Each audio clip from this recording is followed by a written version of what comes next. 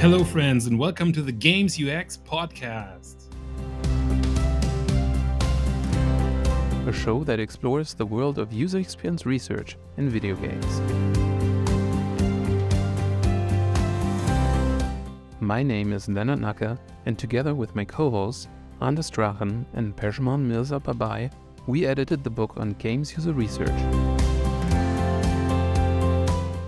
This podcast covers pretty much everything we couldn't fit into the book. Find out more about us on gerbook.com or grab the book from Oxford University Press. Hey folks, just a quick word of advice. The Games User Research Book podcast is now the Games UX podcast. Same quality, same format, just a new name. Not always all three of us there, sometimes just one of us at a time, but we hope to provide the best content on Games UX just for you. Thanks for tuning in. Okay, folks, we're back with another recording of the podcast. It's always fun when we find a moment that all of us are having some time together, and we're back with both Pejman and Anders. And today, what we're bringing you is a little bit of a discussion about motivation in video games. And we feel like we're pretty well equipped as user researchers to talk about motivation. Obviously, one of the key things there is to understand why is motivation so important in games. But then the other thing is, how do we actually measure that? How do we research and how do we track motivation? What are the angles we can take? So I'm going to try and prod a little bit with our guests today. And I think, does any of you want to take the floor right away? I was going to pass it on to either Pejman or Anders. But yeah, what do you think? Motivation, why is it such an important factor in games? Obviously, if people are not motivated to interact with our products, they won't be interacting with the product. So you need people to be motivated and to stay motivated in order for your game to be as successful experience. And the same goes for basically any kind of interactive system that we have that's targeted at users, right? We have to make sure that people are motivated to engage with the system. And then when they start engaging with it, they're motivated to keep engaging with the system. And obviously, within the confines of game design, we have about, 50, 60 years worth of experience in doing exactly that. We are increasingly seeing a lot of knowledge flow about game design migrating elsewhere, for example, through gamification, which is propping up just about everywhere. Yeah, I actually wonder about that. Obviously, gamification is a bit of a bad word with a lot of video game researchers and video game designers, just because of the bad rep it got through some marketing people hijacking the term and running with it. But I do think there's something to be said here about the power of using some of these techniques that we find in games to make things more motivating or to shape behavior in a way. I think this is an interesting thing to discuss because there's obviously ethical implications, but it seems to be like the hip thing to do, specifically also going beyond games. If you're looking at some of these social media applications that everyone uses in everyday life, there is a lot of behavior shaping going on there. A lot of these algorithms are specifically targeted towards some of these goals. And that's interesting in the sense of like how we see some companies, like we earlier discussed Roblox, for example, right? Like some companies shaping their designs differently in a way that might be beneficial or non-beneficial to the user. But unfortunately, we'll have to say that within the space of video games, you have an even more competitive space than movies. What that means is you have a competition for finances and a competition to make money. If you have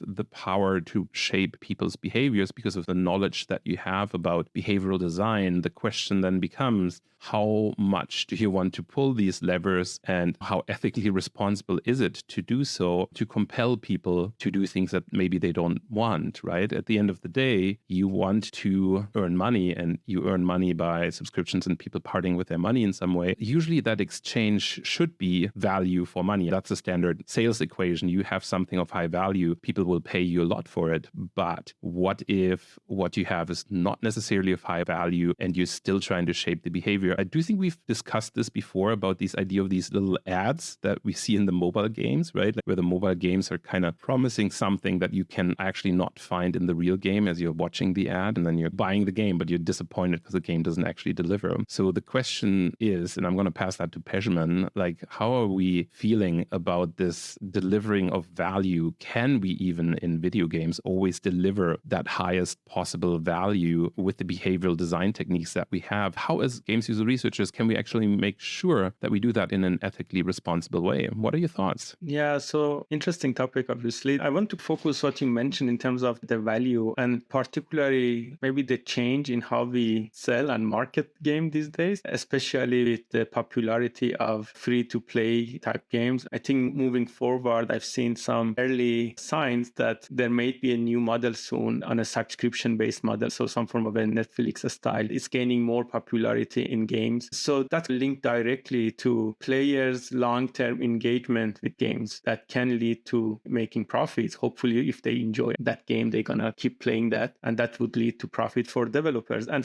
I think for that reason, studying player motivation is becoming more important among game developers. I could say in most or almost all clients that I work with at the moment, player motivation is the hottest topic. So usually that's what I get asked to help them answer. And I would say, hopefully in most cases or all cases, it's a good intention. As developer, they want to create game that is loved and enjoyed by players who would engage with them. So basically linking what people like, how they are motivated into features and mechanics that are in the game, it became, quite an interesting topic for user researcher, I would say, to investigate. And where we can contribute as researcher or user research specifically is the topic of motivation. Obviously, while it might be relatively new in games, it's not necessarily a new topic when we are studying about human psychology. So there are tons of literature out there that, let's say, might be less accessible to developers, but arguably quite accessible to researchers and academics. So one approach that I find myself using quite a bit is to go back to those literature and try to find relevant content that could work with the clients that I'm working on. So usually my first step is not to run any form of, let's say, playtesting or survey or things like that. I try to use the existing knowledge to come up with guidelines that maybe guide basically the developer in the features that they want to decide in developing. And then once, I think that's important to form the experience they want to intend to design for. And then,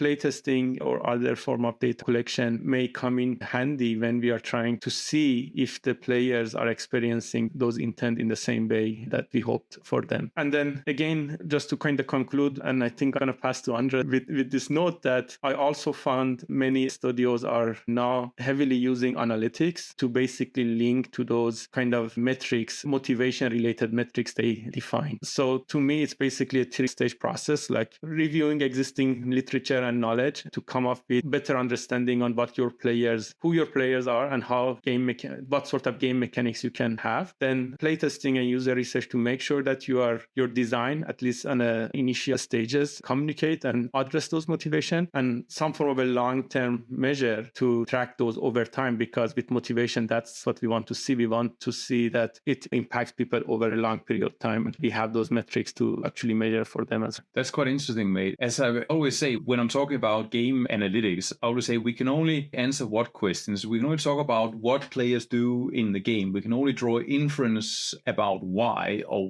what the user experience is at the time. This is why marrying the analytics and the user testing is so crucial. But as you were talking about how we get started on building motivation into our game, I was thinking, so lately we've been talking a lot about game addiction, and this is something that's in the media quite a lot. What's the relationship between motivation and addiction? Is this something that anyone has really looked at, guys? Or I mean, I haven't really looked at that, but I could let me just pop in here for you. One of the things that I share with people when I talk about this, obviously Fogg's behavior model is important there when you're looking at these things. So his idea of a behavior being shaped by motivation, ability, and prompt is where we can pull a lot of these levers, right? So you usually want to be above this action line with whatever prompting you do. And I think that's what a lot of game developers desire, that when we're trying to ideally get the most motivation and the highest ability. So something that's easy to do, but people are also very motivated to do. And I mean, some of that applies to how you shape and get an audience in the first, because obviously an audience means more sales, which means more revenue and so forth. So the idea, I don't know if you've ever heard this equation of the hot dog stand. If you have a hot dog stand outside of a stadium where a baseball game is going into the break, you're going to sell out with all the hot dogs because you're at that specific situation. You're successful because you're providing the thing that everyone wants, right? And so in a similar way with games, I think we have to really look at what is the motivation of people? What do they actually want to do? And I think a lot of the times we're just fostering this ability loop where we're trying to make something really easy to do. And then of course in games you have this idea of your skill increasing over time, but really the trick here is to just keep the easy to do level very high. So the question then is, why are are they motivated? And that's kind of where we go into this idea of behavioral design. Are we giving them the motivation? Because is the motivation just inside of the game? Let's take Blizzard's Battle Pass for Overwatch 2. That's an example that's a little bit tricky. I do not necessarily agree with all of the ideas that go behind that, because it is sort of a threshold for a lot of people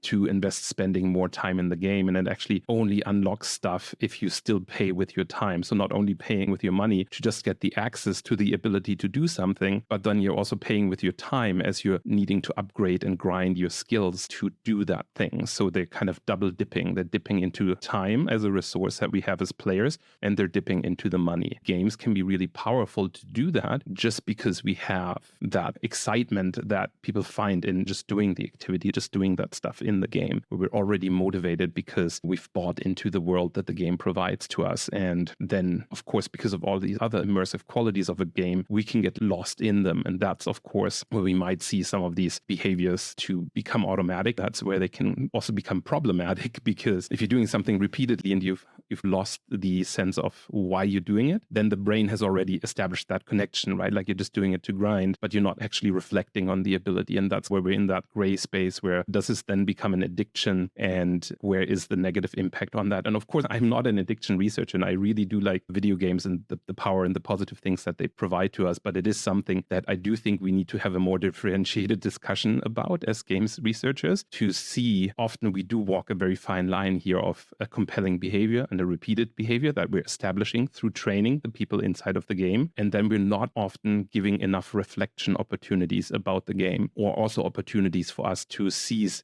a behavior and not just to reinforce the behavior through repetition. What are your thoughts? Have you worked with Fogg's behavior model at all? So I've done some work on this, but mainly in the context of designing other types of applications than games. Interestingly enough, I was recently speaking with some of my students about the concept of cognitive load and cognitive barrier, something that we have an interesting relationship with in games, because most of interaction design, our philosophy generally is we want to have as little cognitive load as possible and as few cognitive barriers. Whereas in games, interestingly enough, we often want to put cognitive load and barriers up to make games more skill-based and more difficult. But also an interesting question that we haven't really dived into yet is, given that many games are played by very diverse audiences, I was wondering, Pageman, from your practical experience, if we are designing a new game, and we, of course, we want as many people as possible playing that game. So we're targeting a global audience, ideally in the hundreds of millions, as we see with some of the most popular games in the world. That's a lot of different user capabilities, a lot of different user needs, a lot of different user goals, and presumably a lot of different ways that people get motivated to do anything. How the heck do we work with that? Like, how do you take 500 million people, like what we're seeing with games like Candy Crush, the old Angry Birds franchise, esports games, League of Legends, those are like these really heavily played games, Call of Duty, etc., right?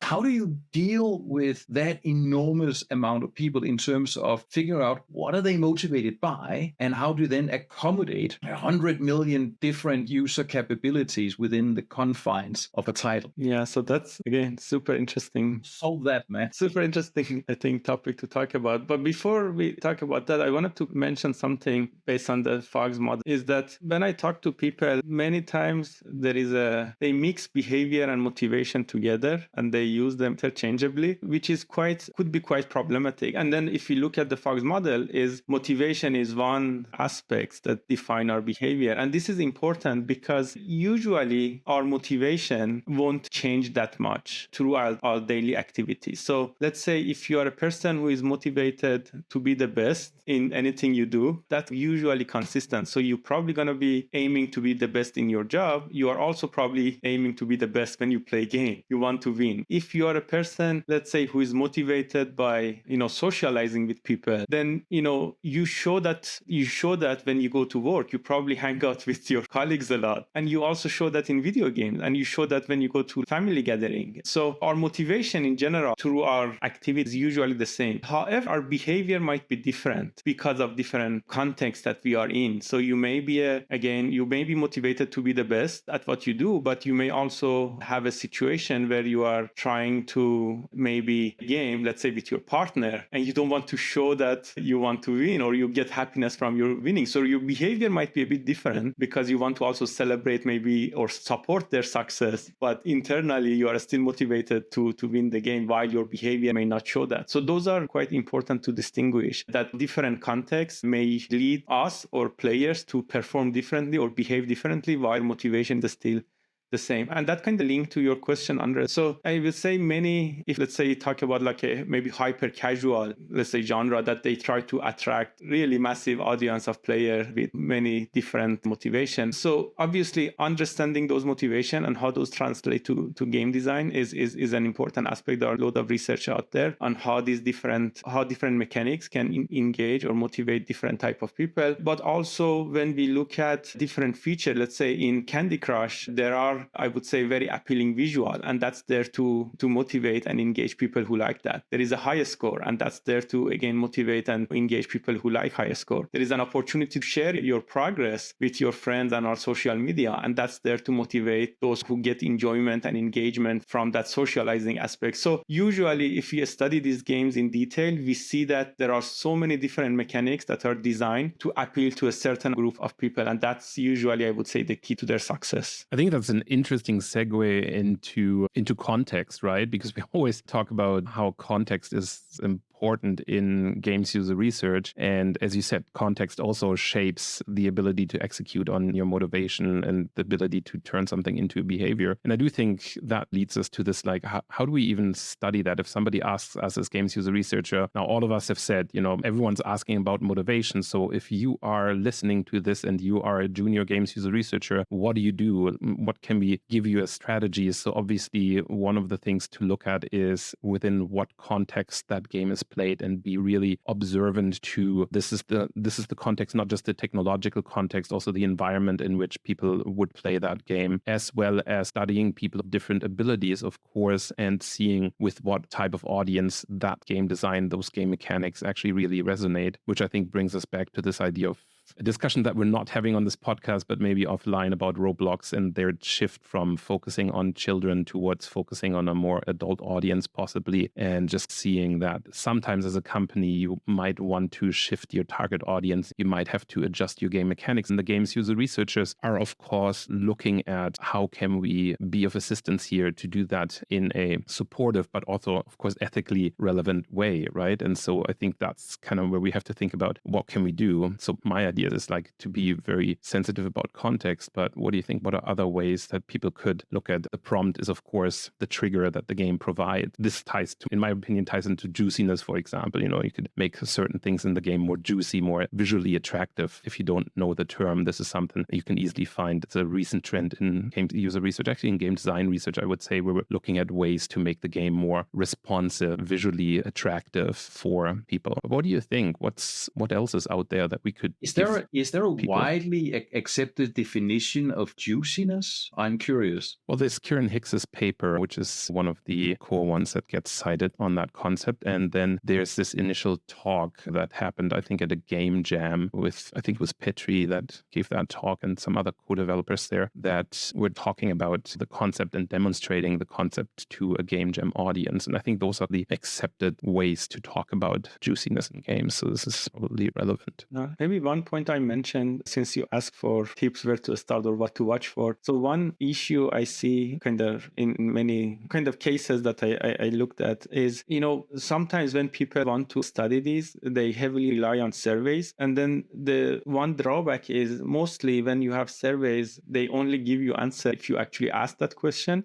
Or even if you look at the game and then like a particular game and ask people what they did and how they are motivated, there might be a challenge that the survey may not include certain question, or the game may not, or the product may not offer certain affordances. That means that you don't see such a behavior or comment on that behavior. That doesn't necessarily mean that the motivation is not there. It just means that you are missing that, I guess, again, going back to the fixed model, you are basically mid-prompt or that ability for people to do something or answer something. So the absence of a comment or answer, particular behavior, doesn't necessarily mean the motivation is not there. It just potentially means the ability and prompt is not there. And again, I think that's quite important because I've seen surveys or papers that talk about that without considering all aspects of behavior. So how do we in practice go out and say, all right, we are creating this new game. We want to make it as inclusive as possible in terms of facilitating the motivations of a variety of users, of players. How do we map the full range of motivations that can be found in this target, in this very broad, very large target audience? And how do we make it manageable? Because I would assume no one can create a game that facilitates all the minute, very detailed motivational profiles that 100 million different people have. How do you build models that reflect that reality without distorting it too much? That's tricky, right? I actually wonder, as much as I appreciate your academic angle on this, but I actually wonder how important it is to be able to distinguish. What does a company care about that distinction? They really don't. They just want to find one way that works, right? They don't need to know about all the ways. This could also be something interesting that we could investigate in future podcasts. Like if we can connect maybe to a designer, a lead designer on some of these projects, and then actually ask them how they design the initial, features that they want to include and what are their approaches. And I think that could be an interesting podcast to record. Yeah, because we all know from interaction design how crucial that initial user research phase is, right? Where we go out and we really start exploring. We want to go out without having any preconceived notions about who our target audience is and try and figure out all we can about them, which means a certain level of exploration. What you were talking about, Esben, right? An interesting thing I think we have seen with games is in recent years, within the confines of game design, we've started really pushing game accessibility hard, thanks to some diehard pioneers who've been really pushing this forward, right? And fantastic work there, and some very strong charities also, player organizations, etc., right? But it also feels like that a lot of this work was stuff that sort of came in from the side. We wouldn't have started realizing how we needed to make games more accessible unless someone had really thought for it, almost like in parallel with traditional structures. I'm generalizing here, coarsely, right? But I think one of the challenges that we might sometimes have is what we don't know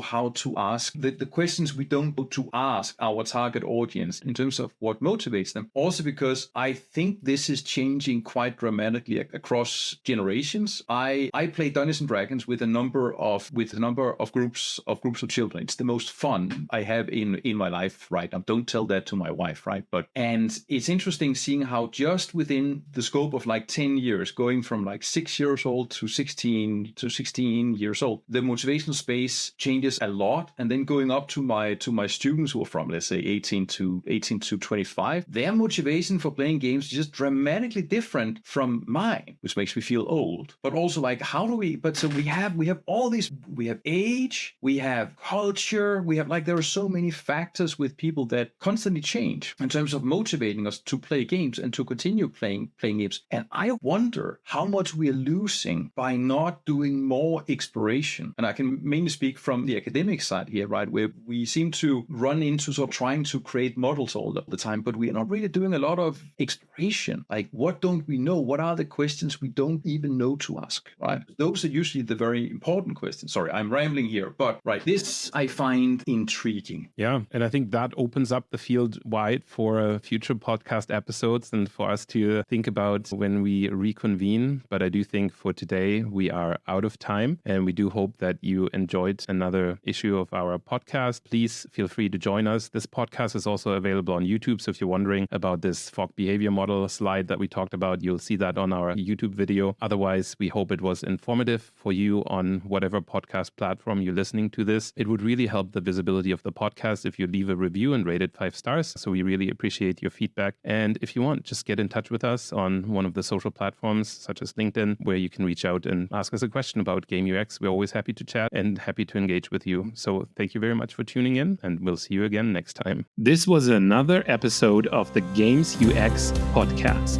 Thank you for tuning in. Check out the Games User Research book with a blue cover published by Oxford University Press, the only research-backed book out there that provides an authoritative overview of UX research in games.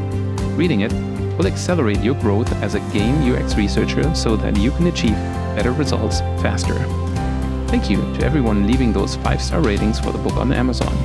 Hey, even if you're not a games user researcher, our book will provide an instant opportunity for you to get an overview of UX in games.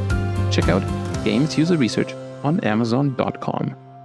Send us your feedback anytime to editors@gerbook.com and see you in our next episode.